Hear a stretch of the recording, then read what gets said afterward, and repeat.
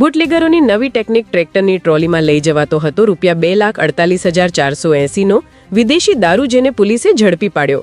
છોટાઉદેપુર જિલ્લાના જોજ police station દ્વારા લીંબાણી ગામેથી ઝડપાયો વિદેશી દારૂનો મોટો જથ્થો. ટ્રેક્ટર અને મોબાઈલ સહિત કુલ ₹5,14,480નો મુદ્દામાલ જપ્ત કરી 2 આરોપીઓની ધરપકડ. જોજ પોલીસ સ્ટેશન દ્વારા લીંબાડી ગામેથી ભારતીય બનાવટની વિદેશી દારૂની કુલ બોટલો નંગ 928, કિંમત ₹2,48,480 તેમજ પ્રોહિબિશનના ગુનામાં વપરાયેલ ટ્રેક્ટર ટ્રોલી કિંમત ₹2,50,000 અને મોબાઈલ ફોન નંગ 02 કિંમત ₹10,000 સહિત કુલ ₹5,14,480 ના મુદ્દામાલ સાથે 2 આરોપીઓને ઝડપી પાડવામાં આવ્યા છે.